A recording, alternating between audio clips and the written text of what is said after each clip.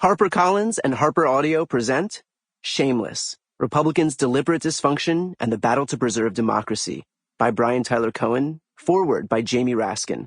This is the author. To Grandpa Bernie, the world was a kinder, gentler, more patient place with you in it. Author's note. In this hyperpolarized, highly charged era, where trust and the truth are hard to come by, it's been especially rewarding for me to find myself at the forefront of a burgeoning and crucial independent media ecosystem. However, getting to the heart of this Republican Party's dysfunction, in all its nuance, complexity, and stupidity, and with an eye to precedent and stakes, requires the help of experts.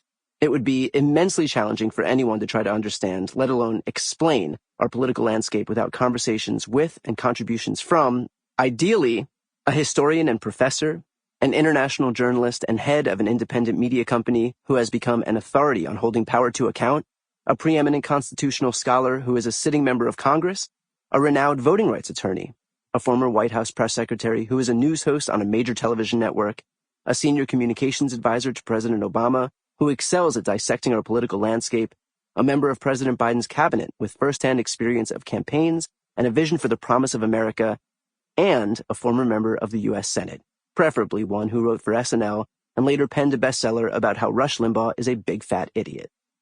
As I am none of those things, it was my great honor, and it is this book's great fortune, that the following experts were kind enough to sit down with me to discuss their opinions, insights, and forecasts. This book would be significantly less informed if not for their generous contributions. So, very special thanks to Pete Buttigieg, Mark Elias, Al Franken, Mehdi Hasan, Dan Pfeiffer, Jen Psaki, Jamie Raskin, and Heather Cox Richardson. Foreword by Jamie Raskin. At a time when every monstrous political ideology and toxic hatred from the last century has been revived and released into our politics and media ecosystem, with some new hallucinatory pathologies and artificial intelligence dangers thrown in for good measure, the searching young voice and unwavering decency of Brian Tyler Cohen have appeared like a sparkling diamond in the political rough of the internet. A self-made podcaster, commentator, and internet agitator, Cohen pursues an old-fashioned agenda that would be instantly recognizable to Tom Paine. He expects essential fairness and justice from our political institutions and demands the truth from political actors. His passionate connection to the civilizing movements and freedom heroes of our past is utterly refreshing and redeeming, just as his disdain for authoritarian propaganda, disinformation, and corruption is irresistible and inspiring. This book reads like a quick-witted travel journal Cohen has kept on his voyage to challenge the resurgent enemies of democracy and to organize the contemporary friends of freedom. He pays close attention to the structure and mechanics of government along the way and explains the specific process reforms that will enable us to break out of the matrix of anti-democratic institutions and practices that the forces of MAGA thrive on. The gerrymandering of our legislative districts, voter suppression tactics, money-soaked elections, and right-wing judicial activism enabled by right-wing court packing.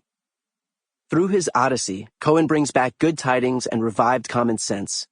Ringing in our ears at the end of this audiobook is a voice of uncommon integrity and political purpose, reasonable, passionate, and urgent. Congressman Jamie Raskin, April 15th, 2024.